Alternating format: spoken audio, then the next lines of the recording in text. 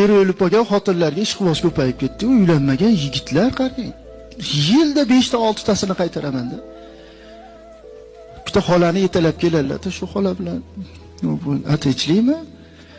Gunoh qilib, u xola u.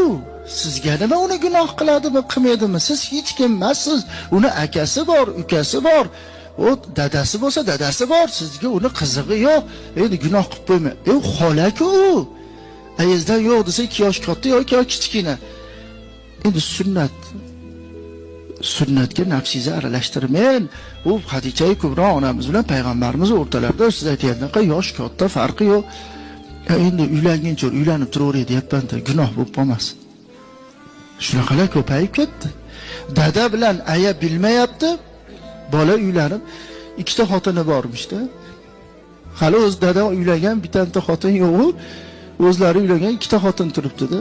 Bir tanish 2 ta o'rtoq quda bo'lamiz deb shartlarni qilishib, xotinlar bir-biriga bordi, keldi qilishib, oshda o'tirib aytib qoldi-da.